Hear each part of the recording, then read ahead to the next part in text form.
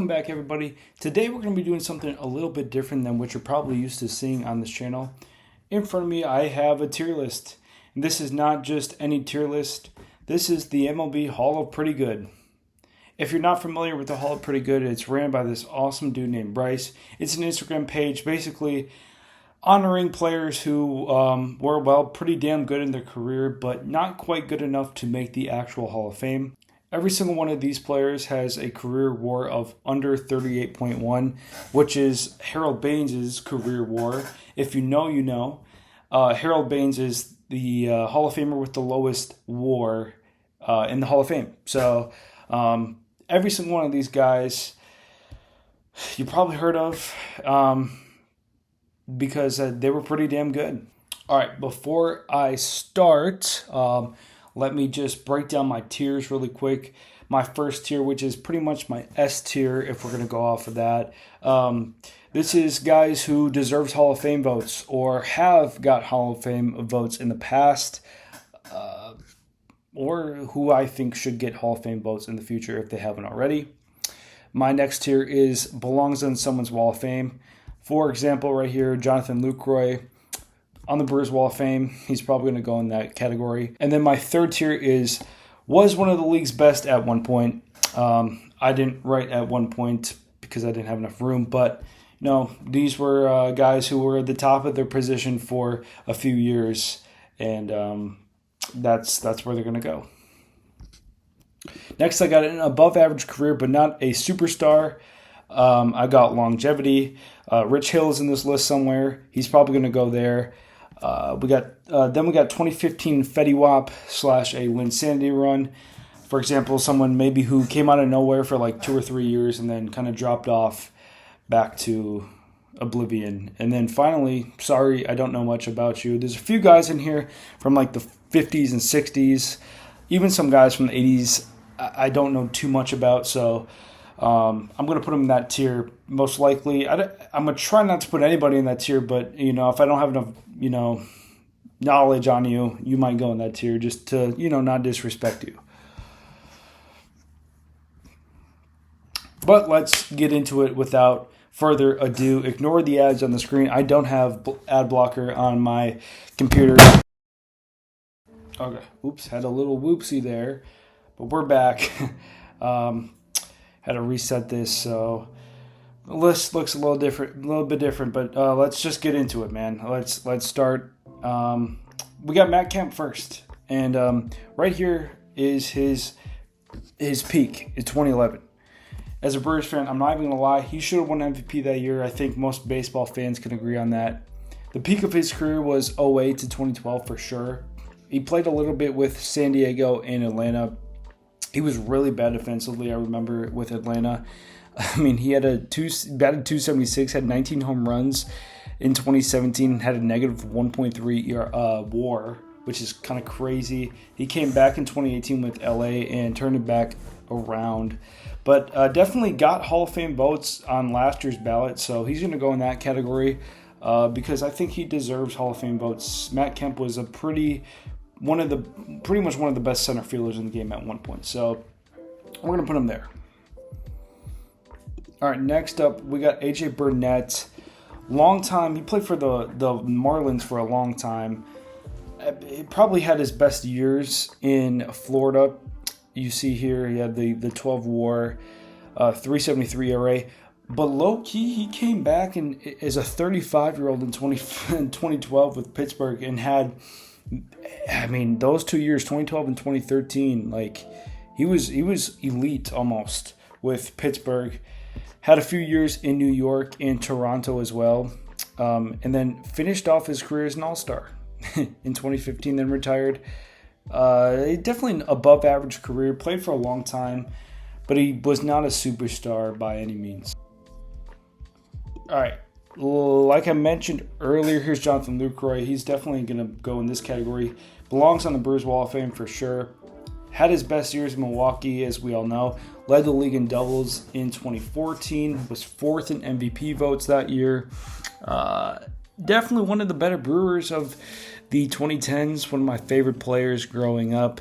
He bounced around a lot after 2016. Texas, Colorado, Oakland, Angels, Chicago, Boston, Nationals, and Braves. But yeah, he had about 5 years, 6 years with the Brewers where he was one of the best offensive players in the game. So yeah, he's going to go on that Brewers Wall of Fame. Next up, this might be literally one of the first Hall Pretty Good inductees, if I remember.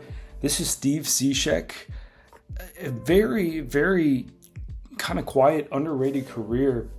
Started off in Florida and was kind of just a middle relief type of guy. Took over a closing role in 2013, 2014. Kind of went back to the setup man in St. Louis. Closed again in 2016, and I think this is when Edwin Diaz took over. But just a really solid guy that you want in your bullpen. Never really had an ERA over 3. He did once or twice in 2020, which is not even a real season, and then 2022 when he finished off his career at the age of 36. So, longevity, man. He did it for a long time, 13 years, and he was pretty damn good. So, he's going to go in that category for now. Mark Reynolds, I feel like, needs his own category because look at this. 4 years in a row, he led the league in strikeouts. This right here, I think, is an MLB record, 223 in 2009, which is insane. Yeah, I mean, never hit for average, as you know. I can't even put him in under. I'm missing a tier. Jesus. But we had an underrated tier, by the way. I don't know if I had that before. I think I accidentally deleted it. I can't even put him in the underrated tier because, like, when you think of power hitters of the 2010s, Mark Reynolds comes up. Like, he hit absolute tanks. But he also was kind of, not that great other than his power hitting. So I guess I'll put him in longevity. He played 13 years, and he did it for a long time. He hit monster home runs for a long time. So I guess I'm going to put him in longevity. Next up is Josh Reddick. Let's pull up his numbers here. Gold Glove winner in 2012. Received MVP votes in 2012. Loki kind of had a power surge that year, 32 home runs out of nowhere. He hit 314 in the Bang Bang year. Wonder why. That was probably his second best year at the plate. But Josh Reddick was always a pretty good defensive outfielder from what I remember. And, just kind of an underrated guy. Like, nobody really talks about him anymore. Oh man, this is a fun one. Brewers legend Ricky Weeks, literally one of my favorite players growing up as a kid. I love Ricky Weeks. But man, other than his 2010 and 2011 season, like this right here was probably, I would say, the peak of his career. Although he did make an All-Star game in 2011, he was in the Derby that year. I remember he was not good in the Derby. He kind of had his best moment, his best years. He was reliable these 2 years. And then I'd say after 2012, we moved him to, I remember he played first for a little bit and kind of DH'd a little bit and just was not the same player that he was before. And then Seattle put him in the outfield after that, and it was pretty much over for him in 2015. So I'm going to put him in the Linsanity, Fetty Wap category. His 2 years were really good, but other than that, man, he was kind of just a slightly above average player, if that. He struck out a lot. We used to call him Ricky Weak Sauce as a kid because my dad would get pissed off at him because he swung and missed a lot. Carlos Pena also might go in that category without even looking at the numbers. Mostly known as a Devil Ray in 2007 and 2009 were some of his best years. Received some MVP votes those years. I didn't even know he won a Gold Glove. He did win a Gold Glove in 2008 as well, the year they were in the World Series. But yeah, let's be honest, after 2009, honestly, his career was not what it used to be. He did hit 28 home runs in 2011 with the Cubs, but definitely not the same player as this 3-year stretch here. Gonna go back in that Linsanity kind of run. Kurt Suzuki, current manager of the Angels, is up next. So, All-Star in 2014 and played with the A's for like 14 different times. He was there for a while, got traded to Washington, and then got traded back to Oakland. Was in Atlanta, Washington, Angels for a little bit to end his career. I feel like he's kind of just an underrated guy. He was a starter for a little bit, but then I'd say probably 2016-ish, he was a backup for most of the time. He backed up, I think, Tyler Flowers, I want to say, in 2017. And let me just double check. And no, I guess he did start most of the games in 2018. But yeah, I mean, just kind of an underrated guy that, I mean, nobody really talks about Kurt Suzuki, the player, anymore. But we should. This is Jason Kipnis. I can already tell you he belongs on the Indians Wall of Fame or Guardians Wall of Fame if he's not. We can put up his numbers really quick just to prove my points. 2-time All-Star. Just really one of the better Cleveland Indians of the 2010s. Like, he was there really from the beginning of the rebuild all the way to the World Series team in 2016. This team, I think, made the wild card spot. This team won 102 games. So just really, honestly, one of the better Cleveland Indians of the decade. You can put them with Carlos Santana, Jose Ramirez, Lindor. Just a really good infield they had at one time. We're not even going to count the 2020 Cubs season because, again, 2020 is not a real year. But belongs for sure on the Indians Wall of Fame. Scott Kazmir is a pretty cool story. This is a guy who dealt with injuries a lot in his career. At one point, like, he was one of the best young starters in baseball, especially, like, again, with the Rays. In 2006, 2008, this is when he was with David Price. That was a nasty 1-2 punch. David Price, Matt Garza, James Shields that year. Went to the Angels and then got injured in 2011, missed all of 2012. Came back with Cleveland in 2013 and bounced back pretty well. Had just a ERA over 4 that year. Missed, I think he was out again in 2016 with injury. I think he retired, honestly, at one point, and then came back in 2021 to finish his career off at 37 years old in San Francisco. But Scott Kazmir, like, I feel like if it wasn't for the injuries, he would be talked about more. But he suffered injuries again, like I said, a lot in his career. Kind of an underrated guy. He was always a guy you could count on 3-4 spot in the rotation. Eric Hosmer up next definitely is going on the Royals Wall of Fame for sure. Honestly, might receive some Hall of Fame votes. 4-time Gold Glover. He's a 1-time All-Star and a World Series champion. I mean, you think about the 2014-2015 Royals. You think of Hosmer, Kane, Moustakas. He was definitely part of that core. He did play for a while in San Diego too. Not as memorable as his time in Kansas City, but definitely belongs on their Wall of Fame if he's not already.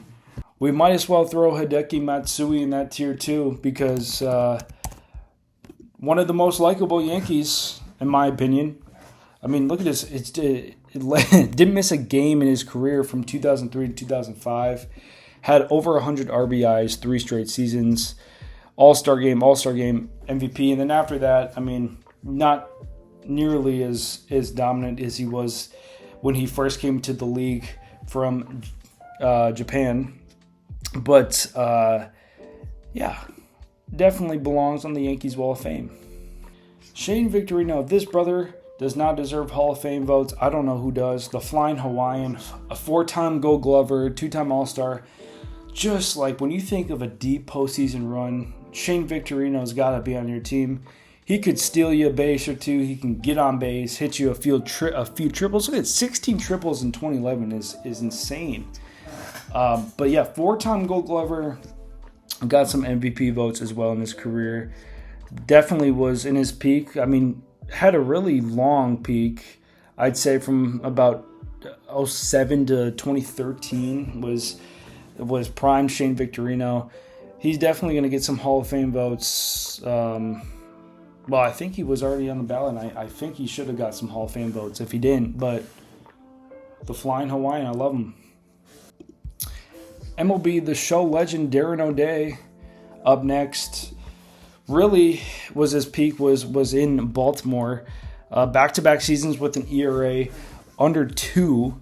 In 2015, he had a 1.52 ERA, which is pretty impressive. In almost 70 games, in almost just over 65 innings pitched, 82 strikeouts as well.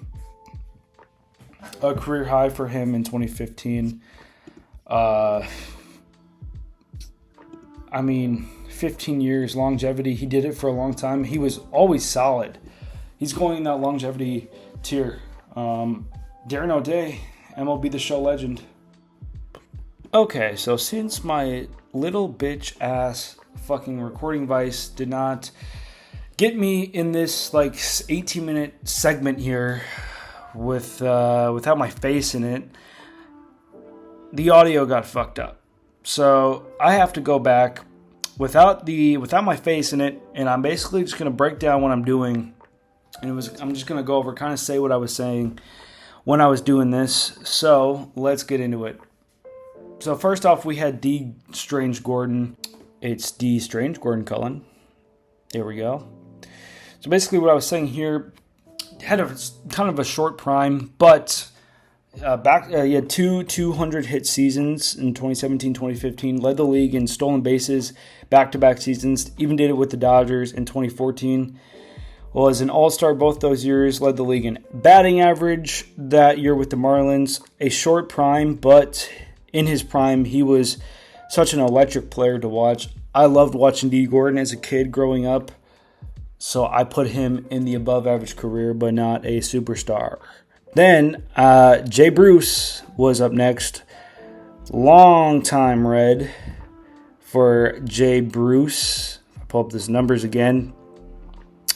Over 230 career, or almost 230 career home runs with the Reds alone. 315 in his career. Basically, I was saying he was a super underrated power hitter of the 2010s. Not a lot of people talk about Jay Bruce when you think of slugging home run hitters of that era. Kind of gets overshadowed by some guys, but above average career for him as well. Not necessarily a superstar, but put him in that category. This one, I'm kind of mad that I missed the audio got cut out on, because James Shields was got overshadowed by the Fernando Tatis Jr. trade. Obviously, that's what he's most known for. But I was highlighting basically in 2011, he had 11. Bro had 11 complete games and 4 shutouts in 33 starts. That's literally a third of his starts was a complete game. I couldn't believe that was real for a second. Then also I was saying from about 2007 to 2014, bro barely missed a single start. He was so consistent for about 8 years in a row. And then the trade habits, the minute he got traded to Chicago, it was the end of his career. Right here, I was highlighting his season with Tampa Bay. His seasons with Tampa Bay with David Price and them. Super underrated career. All right, next, Austin Jackson. Only played 9 years. Mostly remembered as his tenure in Detroit. I remember when he got traded mid-game with Detroit to Seattle that year. Just a guy kind of like a guy that you just want on your team. Another guy you want on a playoff type team, because he could steal you bases. You could use him as a pinch runner. He was a good defender, but didn't play long. Kind of bounced around. I'm highlighting here, bounced around after his tenure in Detroit.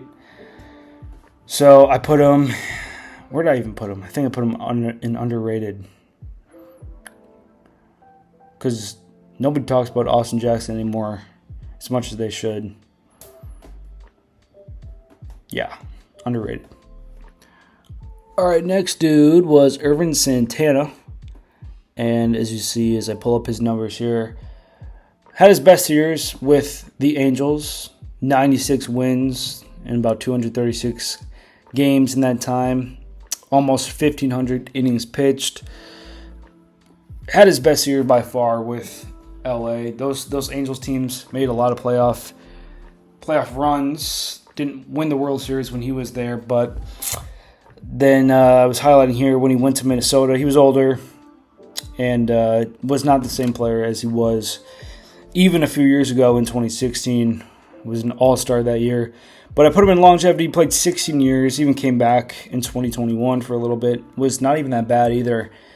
But 16 years, you're doing something right. So I put him in the longevity category. All right, next up, this was the Yappuccino himself, Mr. AJ Pierzynski, the man that talks a lot in the Fox broadcasting booth.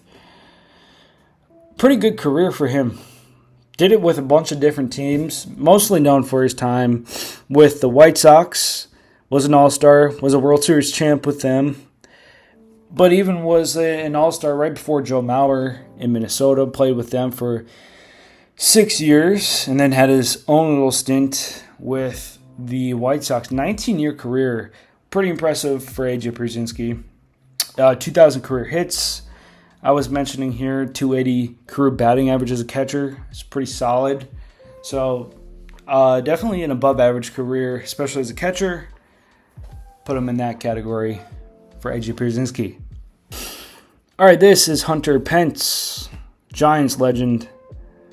And, Hall of Fame votes for him. He's a 4-time All-Star, 2-time World Series champ. And I was just mentioning here how consistent he was. I mean, that's about 9 seasons there with 20 home run season. Even his batting average, 280s most of the time in that stretch there. I was mentioning how he had a good start to his career with Houston, was third in Rookie of the Year voting there, got traded to the Phillies for a playoff run in 2011, and then right after that got traded to the Giants and won a World Series, and then did it again in 2014. Just a super, super underrated career, and definitely deserves some Hall of Fame votes. All right, then we have Matt Carpenter, known Brewers killer.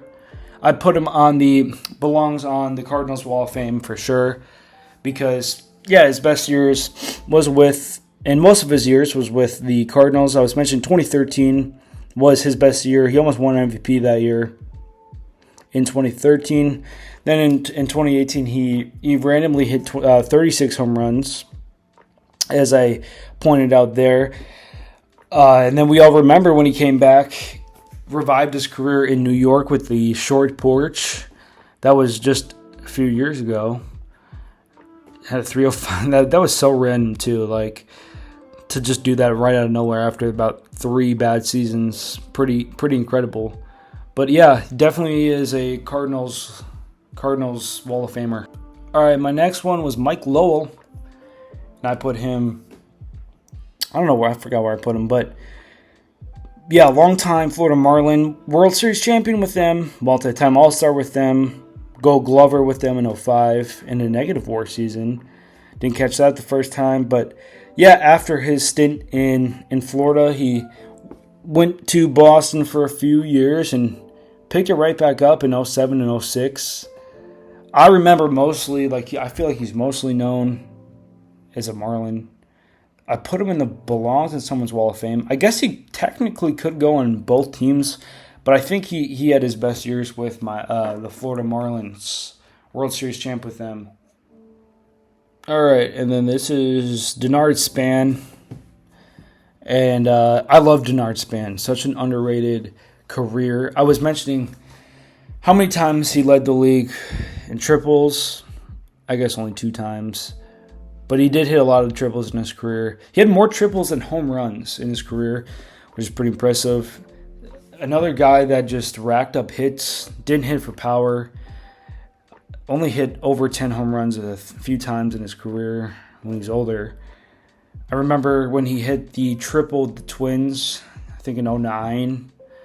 to send a game 163, I think. But yeah, I put him on underrated. I love Denard Span, one of my favorites. That's a lie, but I like Denard Span. Yeah, this is J-Hap. And I put him in the longevity category because, well, for a few reasons. He played a long time, about 15 years. And also, he got passed around more than Bonnie Blue at a frat party. I feel like, I was saying here, I feel like he got traded from like 2012 on every 2 years to a team that was trying to contend for a playoff spot. 2015 with the Pirates, 2018 with the Yankees, 2021 with the Cardinals, and then was on some bad Houston teams. And I think he won the World Series in 2008. I'm past that page now, but longevity for J-Hap. Yeah, he did win the World Series in 2008 in just 8 games. Okay, this is Sean Doolittle. Known, I think he's the pitching coach now for the Nationals. So it's cool to see him still around. I was basically saying here, he could pretty much do a lot of things in the bullpen. There was times he closed. There was times he was a relief pitcher. There was times he was a setup guy. I was saying here in 2014, I think Liam Hendricks was closing there for a little bit. Grant Balfour was earlier in 2013-2012 area. And then he went to Washington, closed for a little bit. I think he split. I think Felipe Vasquez was there too. And Fernando Rodney. But yeah, I put him in an above average career. He was a reliable guy who could do a lot of things for you. Adam Jones. Didn't mean to put him there. Well, did I? Oh, I thought I put him in the Hall of Fame once. Adam Jones was really good for a long time. He was 5-time All-Star, 4-time Gold Glover, Silver Slugger. I think I changed it. I think I had to put him in the Hall of Fame vote category. Yeah, I did. Just because of how long his prime was, really from about 2009 to 2016 was his prime. Even 2017, you could add that year in there too. Definitely one of the best Orioles of the 21st century, no doubt about that. Definitely deserves some Hall of Fame votes. Oh, there's me. Okay. One of my favorite highlights to watch, like I still go back and watch Andrelton Simmons highlights daily. Just truly the best, one of the best defensive shortstops of all time. Probably one of the best defensive infielders of the 21st century. I put him and Brandon Phillips, two of my favorite players to watch. I put him in one of the league's best. By the way, spoiler, this tier dies in the future. But I didn't put him on the Wall of Fame for anybody because he didn't play long enough, either with Atlanta or Los Angeles. Sorry. But I was saying he wasn't quite a Hall of Famer. If his offensive numbers were a little better, he would be a Hall of Famer without a doubt. And if he played a little longer too. Next is Trevor Plouffe. And bro's got his own category. I didn't feel like he fit in any other tier.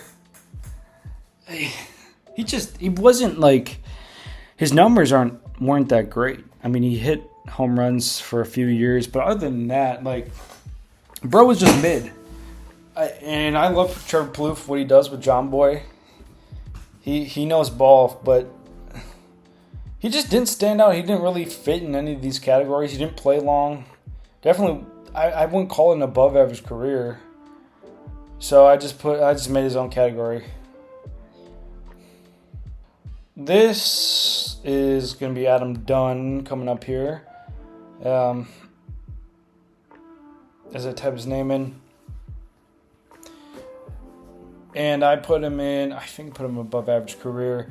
But yeah, I mean, as you're going to see here in a second, how many 40 home run seasons he had. It's very impressive. And how many years he did in a row, too. Yeah, from 2004 to 2008. And then even when he went, like if the NL had the DH in 2009 and 2010, and even before that, I mean, he could have been so much better and so much more respected. I think because of his strikeouts, he was really ahead of his time. As I put this motherfucker, I think that's Dom DiMaggio. I didn't know who that was at the time. But John Axford, oh man, yeah, definitely a Linsanity run. 2011, led the league in saves out of nowhere. Was the reliever of the year that year with the Brewers.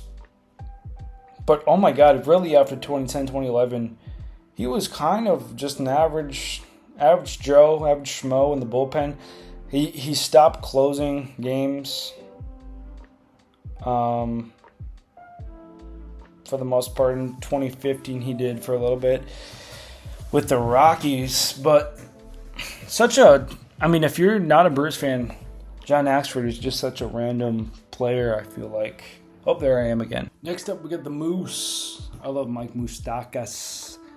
Former Brewer, 3-time All-Star, World Series champion.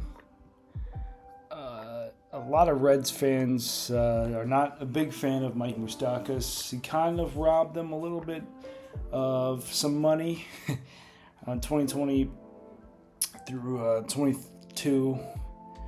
And we're not even going to talk about these 2 years.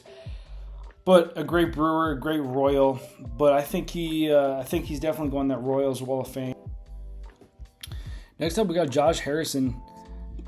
Again, somebody I really like watching growing up. I'm a huge Andrew McCutchen fan, so I grew up watching some Pirates when the Brewers were bad, like these years right here. So Josh Harrison was another favorite player of mine. 2-time All-Star for Josh Harrison, over 1,000 career hits, 16 career WAR. He was a nifty base runner. I loved watching him run the bases. So Josh Harrison does not get talked about, in my opinion, enough. He's underrated as hell, actually. Dude was awesome. I love Josh Harrison.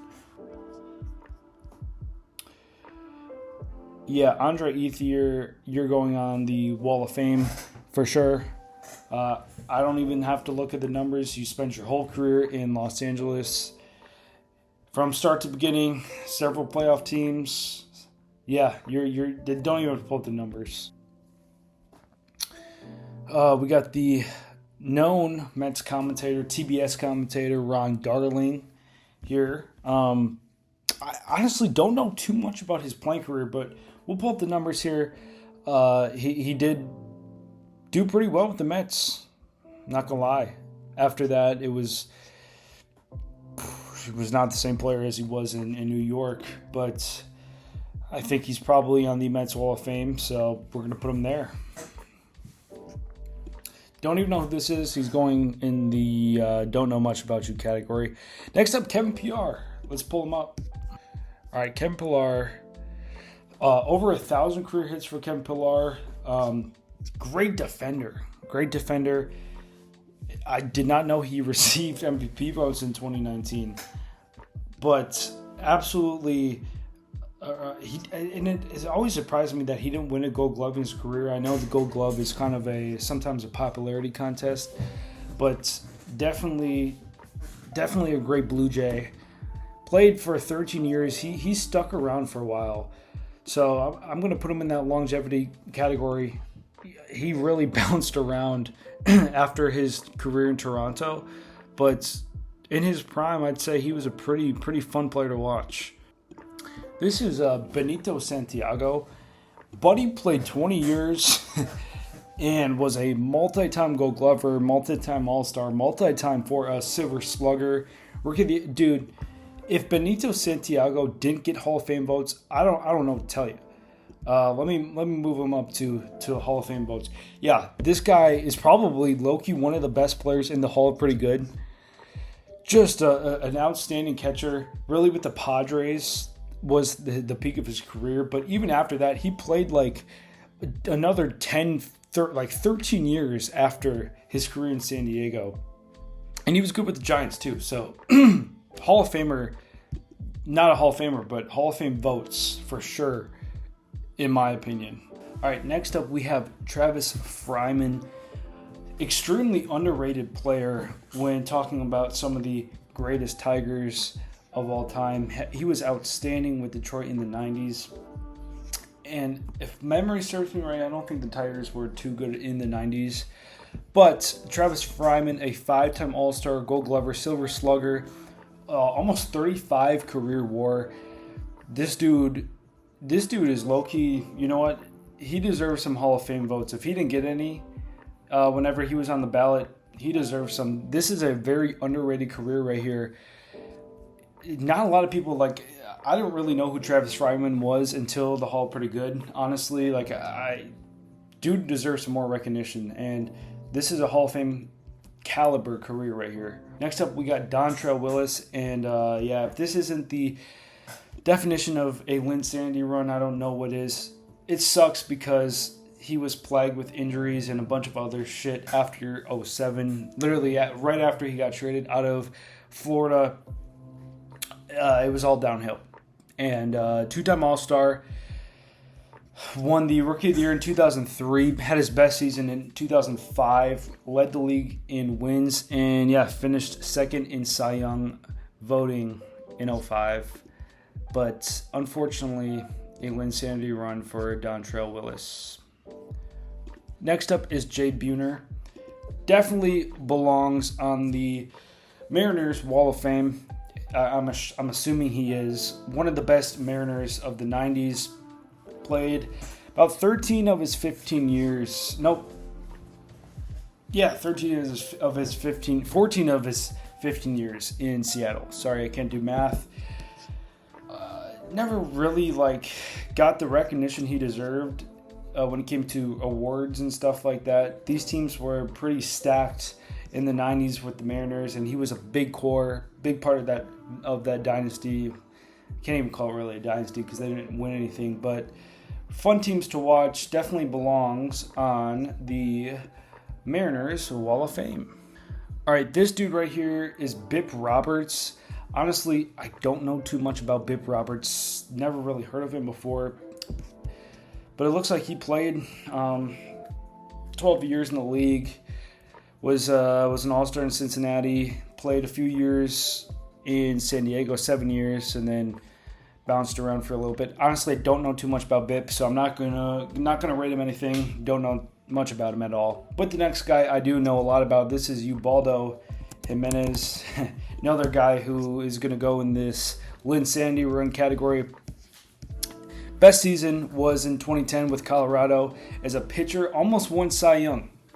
And he had his best years of his career in Colorado, which is something you don't say much at all when it comes to pitchers. But after he got traded to, Cleveland here in 2011, all downhill after that. Linsanity run for Ubaldo Jimenez. Really had a strong season. A standout season was Jacoby Ellsbury. You see his number here in 2011, led the league in WAR. Who was he? Verlander. Verlander in 2011 was the MVP. This is an MVP type season though, and it was really came out of nowhere. Look at, oh my God.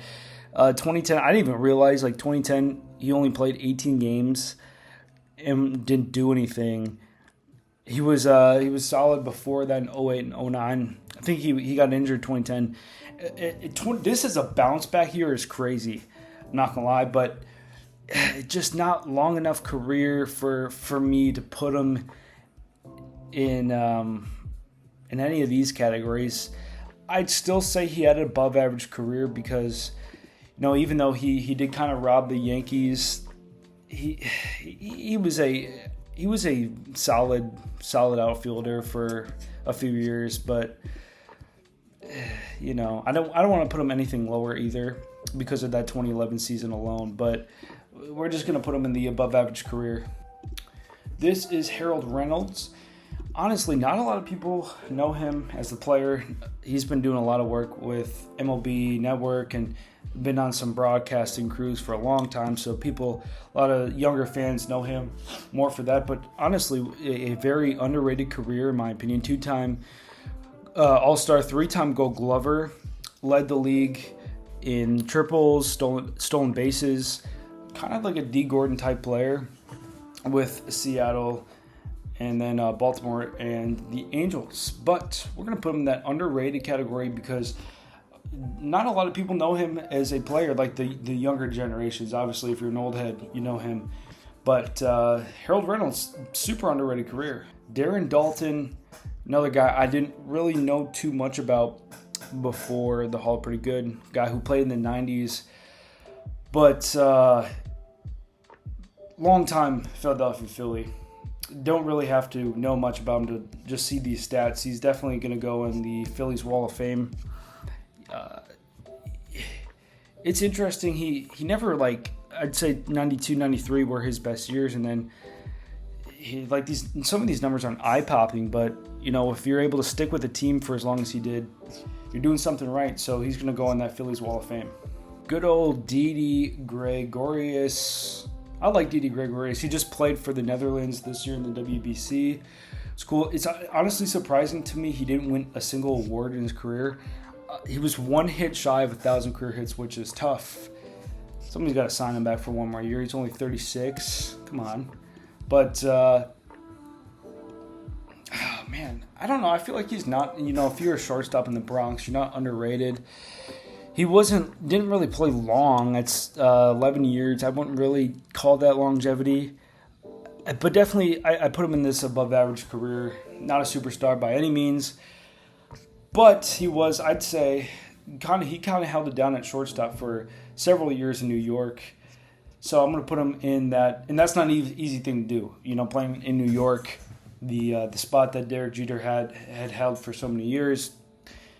I put it in above average career. Doc Ellis, the dude who pitched I think it was a no-hitter on LSD or some shit like that. Crazy. That's actually crazy. Other than that, though, I don't know, like, another guy I don't know too. I really need to get my ball knowledge up in the 70s, 80s, 90s, even 60s. Like, I just don't know much about it at all. I'd say after, like, 99, I kind of start to know the league a little bit better. But you know what? If you're able to pitch a no-hitter on LSD, you're above average. You're above average. He wasn't won the World Series in '71 with Pittsburgh, and had some real solid years here in Pittsburgh. Just a 3.16 ERA in how many years is that? About 7 years. Pretty good, actually.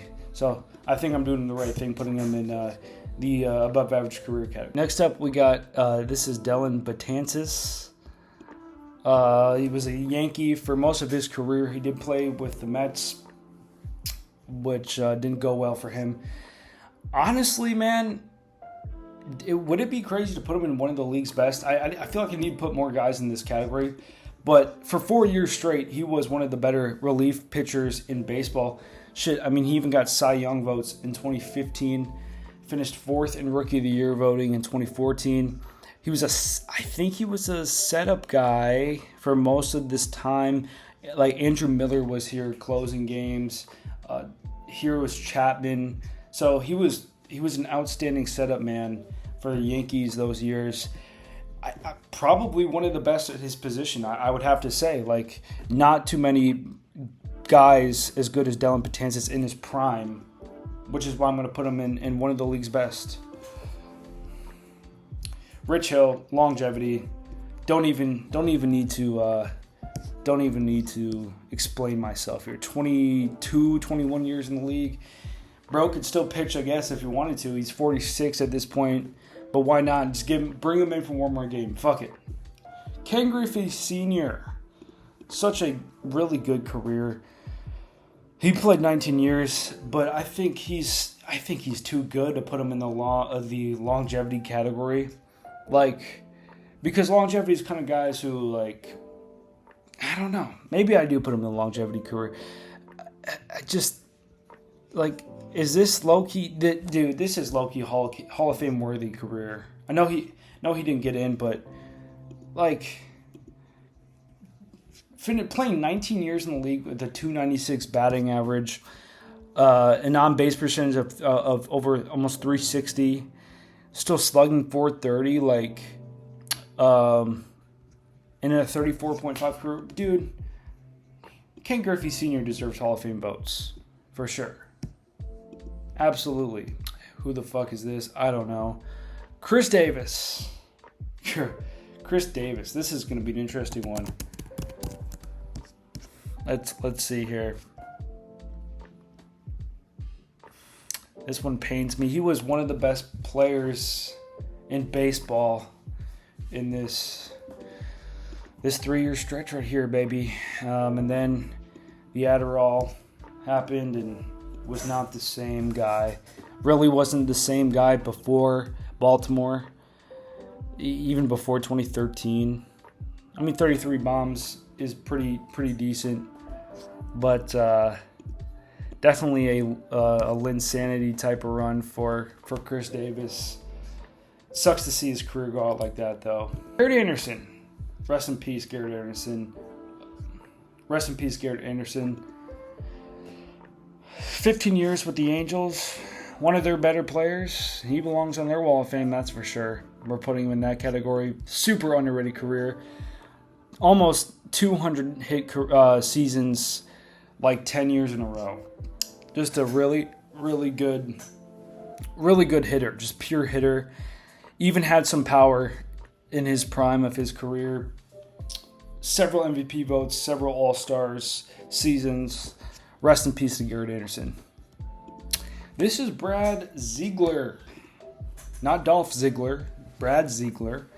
The sidearm weird kind of motion that he had. I remember that. Bounced around for a little bit towards the end of his career. Long-time Arizona Diamondback. And look at how many games he played and led the league in games played. And 82 is pretty crazy even for a relief pitcher. But just a guy, kind of like reminds me of Steve Cishek.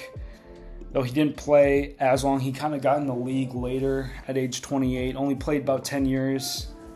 I'm going to put him in that underrated category because he never, like, again, no awards here for him, but he was a very solid relief pitcher for a very long time. Underrated career, in my opinion. This right here is Billy Butler wearing a Yankees hat, which is a crime. Definitely had his best season in 2012 with the Royals. 313 average, slugged 512, an OPS over 880 with 29 home runs, 107 RBIs. His highest WAR season was a Silver Slugger that year. Career batting average of 290, which is pretty decent. Definitely an above average career for Billy Butler. Never was really a superstar other than that 2012 season. He kind of just was there after that. And he was not on the 2015 Royals either, which kind of sucks. I wish he was there to win a ring. He deserves it, but above average career, I'd say, for Billy Butler. Rest in peace again to Tim Wakefield. Very long time he was in the league. The knuckleballer himself. Started out in Pittsburgh for a few years, and then the rest of his career was in Boston.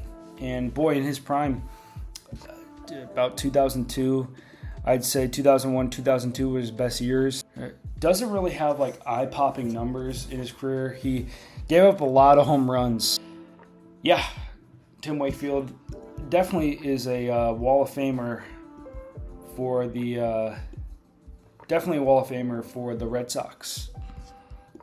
I don't know who this guy's name is. I know this guy's a starting pitcher for the Orioles. I don't know what his name is. I don't know much about you. You're going in that category.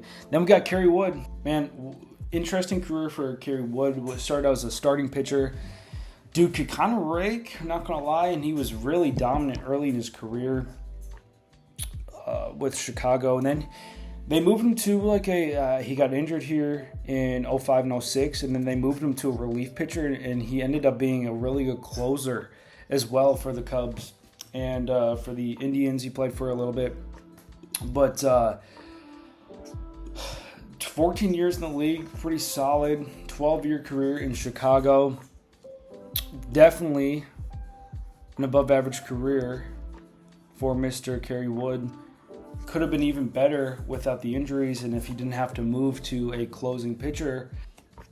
Next up, we got Kyle Hendricks as we're starting to dwindle down here to our last four.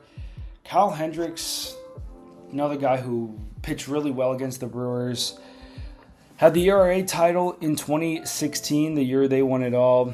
Third in Cy Young voting that year. Very good Cub. Very good Cub. Hated playing against him, but kind of was like a Greg Maddux from Wish. Never really threw hard at all. Had a disgusting changeup.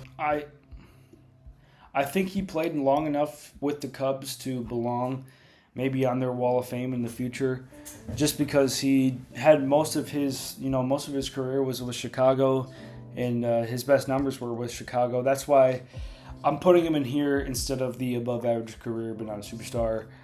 So yeah. Next up, we have JBJ, Jackie Bradley Jr. This one might surprise some people, but I'm going to actually put him in the underrated category because, first of all, dude was ass at the plate once he left Boston. I remember as a Brewers fan, dude, he might be one of the worst Brewers offensively I've seen ever, but the guy was an absolute wizard in the field. He was one of the best defensive center fielders to ever play the game of baseball.